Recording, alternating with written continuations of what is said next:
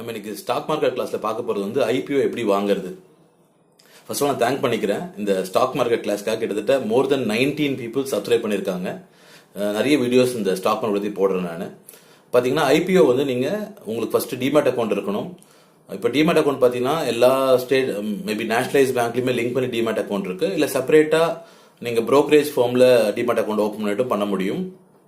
உங்களுக்கு first information தெரியணும். ஒன்று பேப்பரில் பார்க்கலாம், இல்லை உங்களோட இன்டர்நெட் பேங்கிங்கில் போயிட்டு உங்களோட லாகின் ஐடியிலே போட்டு நீங்கள் ஐபிஓ நியூ பையிங் பார்த்தீங்கன்னா அதுலேயுமே லிஸ்ட் பண்ணுறாங்க எல்லா பேங்க்ஸுமே. அதன் மூலமாக நீங்கள் பர்ச்சேஸ் பண்ணலாம். ஒன்று ப்ரோக்கரேஜ் ஃபார்ம் மூலமாக போகலாம், இல்லை நீங்கள் ஆல்ரெடி டிமேட் அக்கௌண்ட் வச்சிருக்க நெட் பேங்கிங் லிங்க் பண்ணியிருக்க பேங்க் அக்கௌண்ட் மூலமாக போகலாம். ஏன்னா முதல்ல வந்து பர்ச்சேஸ் பண்ணுறது நம்ம கேஷ் கொடுத்து நம்ம அக்கௌண்ட்லேருந்து போகும். இப்போ அப்படி கிடையாது.